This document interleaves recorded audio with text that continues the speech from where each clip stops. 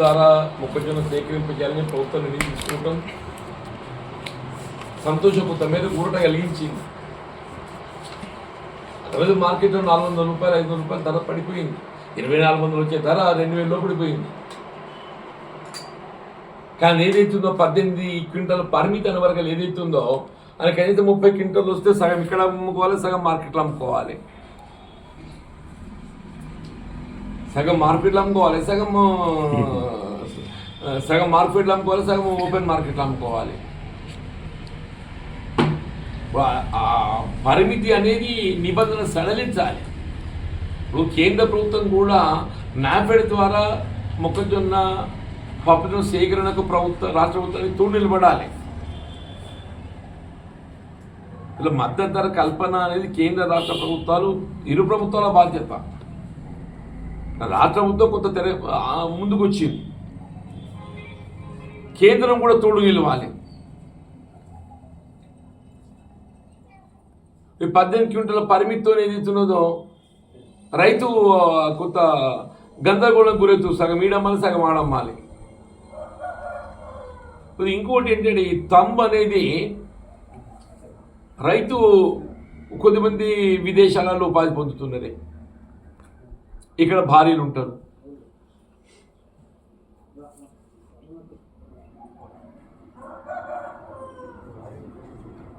ప్రత్యక్షంగా రైతు సాగు చేయకుండా కౌలుకి ఇచ్చినవి ఉంటాయి. మీరు పాస్బుక్ ఆధారంగా కొనుగోలు చేయండి, పాస్బుక్ ఆధారంగా కొనుగోలు చేయండి.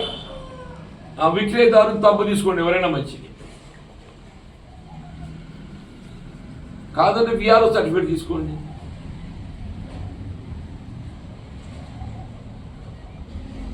విఆర్ఓ సర్టిఫికేట్ తీసుకోండి. ఇప్పుడు అందరు రైతులు స్థానికంగా అందుబాటులో ఉండే అవకాశం లేదే. దాదాపు ఒక సగం మంది బయట ఉంటారు, సగం మంది స్థానికంగా ఉంటారు. బయట ఉండే రైతు వాడు తమ్మయ్యాలని చెప్పిన వాడు ఇడికెళ్ళాలి.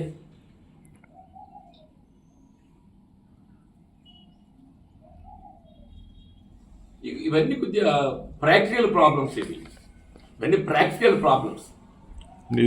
ప్రభుత్వం 6 కాలం కష్టపడి రైతు పంట పండిస్తే, సాగు చేస్తే ఆ పంట చేతికొచ్చే సమయానికి ఇవాళ ప్రకృతి వైపరీత్యాలు, ఈ అకాల వర్షాలతోని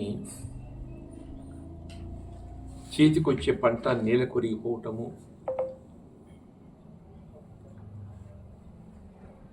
ధాన్యం కళ్ళల్లోనే మొలకెత్తటం,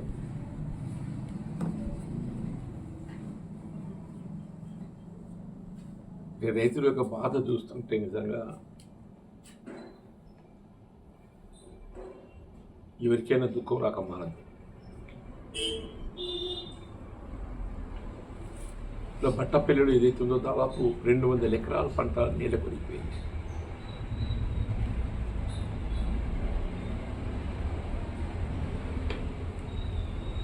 ఇప్పుడు అది కొయ్యాలంటే కూడా ఏదైతుందో ఆ పొలం పదనారడానికి ఇంకా కనీసం వారం పైన పట్టే పరిస్థితి ఉన్నది.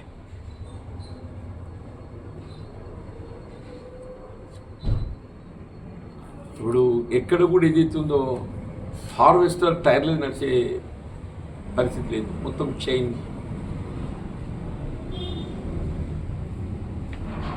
దాదాపు ఒక ఎకరానికి 5,000 రూపాయల హార్వెస్టింగ్ ఖర్చు వచ్చే పరిస్థితి.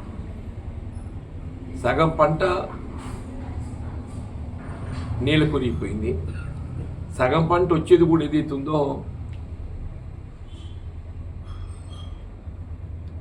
అది కూడా ఇవాళ మొత్తం బట్టపల్లి ధాన్యం సేకరణ కేంద్రంలో దాదాపు 100 మంది ధాన్యాన్ని ఆరబెడుతూ రైతులందరూ కూడా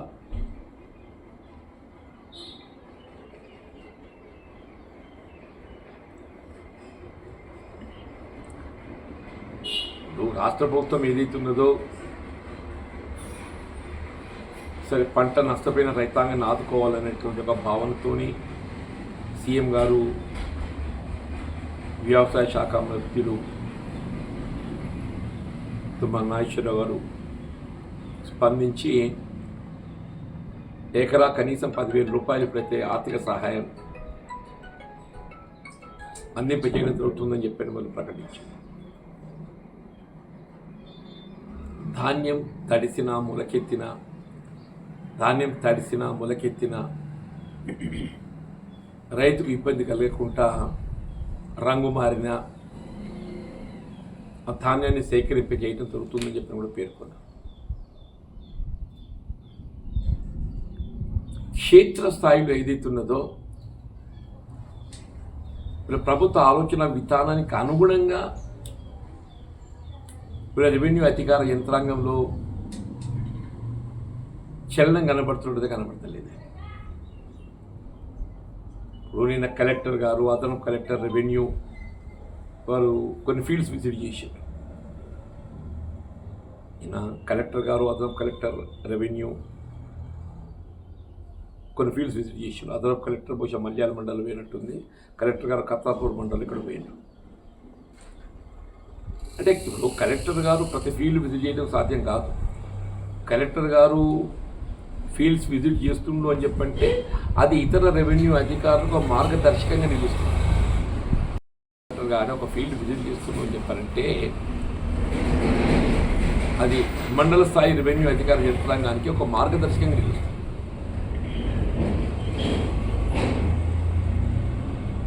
నేను సారంగాపూర్ మండల్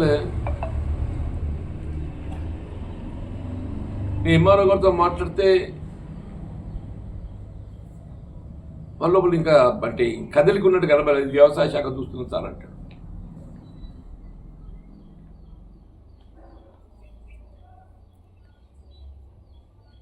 వ్యవసాయ శాఖ రెవెన్యూ శాఖ సమన్వయంతో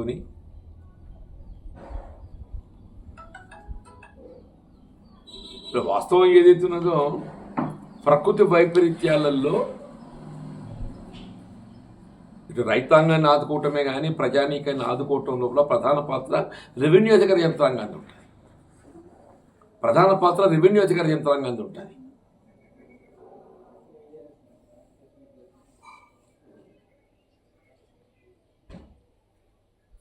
ఇప్పుడు వాళ్ళు ఏదైతుందో నేల కొరిగిన పంటల పరిశీలన వివరాలన్నీ ఏదైతుందో నివేదిక ప్రభుత్వానికి నివేదిక సమర్పిస్తే ప్రభుత్వంకి వెళ్ళి మనకు వచ్చే సహాయం వస్తుంది.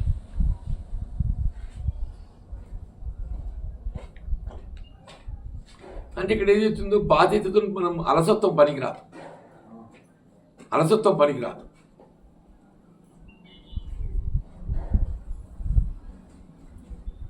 ఇప్పుడు ధాన్యం సేకరణ కొనుగోలు కేంద్రాలకి ఇంకెక్కడ ఆరంభమైనట్టయితే కనబడతలేదే.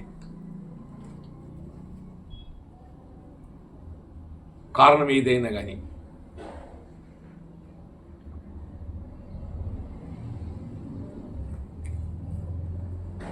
ఇప్పుడు మాయిశ్చర్ అనేది ఏదైతే ఉందో ఇటువంటి పరిస్థితుల్లో ప్రత్యేకంగా దాన్ని సడలింపు ఇవ్వడం జరుగుతుంది.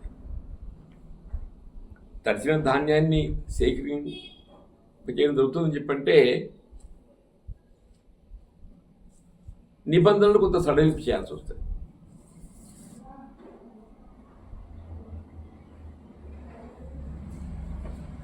నేను అదే గౌరవ అదనపు కలెక్టర్ రెవెన్యూ గారికి కూడా వారి దృష్టి తీసుకుపోవడం జరిగింది. ఇలా మొత్తం జిల్లాలో ఎక్కడెక్కడైతే పంట నేల కొరిగిందో ఆ వివరాలన్నీ సేకరించి మరి ప్రభుత్వ పరంగా అందే సహాయాన్ని అందింపజేయడానికి చర్యలు చేపట్టడంతో పాటుగా మరి ధాన్యం సేకరణలో కూడా ఏదైతే ఉన్నదో ఇలా ప్రభుత్వం ఏదైతే ఉన్నదో ఈ ప్రకృతి వైపరీత్యాలతో ప్రత్యేక పరిస్థితులలో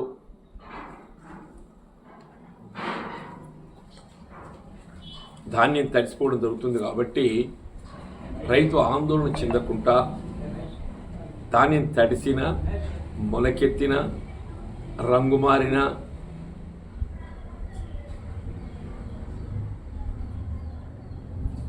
రైతుకు అండగా నిలిచే విధంగా సేకరింపు చేయడం జరుగుతుందని పేర్కొనడం ఆశించదగ్గ విషయం.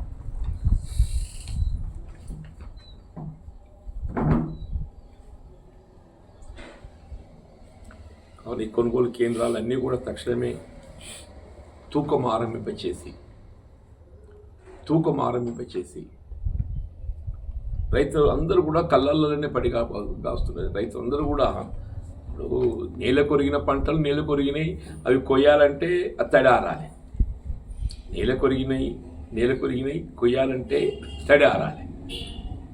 అదొక సమస్య. కోసిన పొలాలు అన్ని ధాన్యం కళ్ళాలల్లా ధాన్యం తడిసిపోవడంతో మొలకెత్తడము, రంగు మారటము, వాటిని ఆరబెట్టడం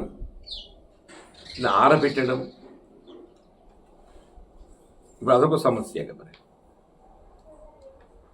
ఏదైనా ప్రభుత్వ ఆలోచన విధానానికి అనుగుణంగా జిల్లా కలెక్టర్ గారు, రెవెన్యూ అధికార యంత్రాంగం జిల్లాలో ఈ నేల కొరిగిన పంటల వివరాలన్నీ కూడా సేకరింపజేసి మరి ప్రభుత్వంకి వెళ్ళి అందింపజేసే సహాయం అందింపజేయడానికి చర్యలు చేపడుతూ ధాన్యం సేకరణ పట్ల కూడా ఏదైతున్నదో కొంత అవసరం వస్తే నిబంధనలు సడలించైనా కొనుగోలు తక్షణమే ఆరంభింపచేయాలి. రైతుకు ఏదైతుందో ప్రభుత్వం అండగా ఉంటుందనేటువంటి ఒక ఆత్మవిశ్వాసాన్ని నింపవలసినటువంటి ఒక బాధ్యత క్షేత్రస్థాయిలో అధికార యంత్రాంగంపై ఉంటుంది. ఆ దిశగా స్పందించాలని చెప్పని విజ్ఞప్తి చేస్తున్నాం.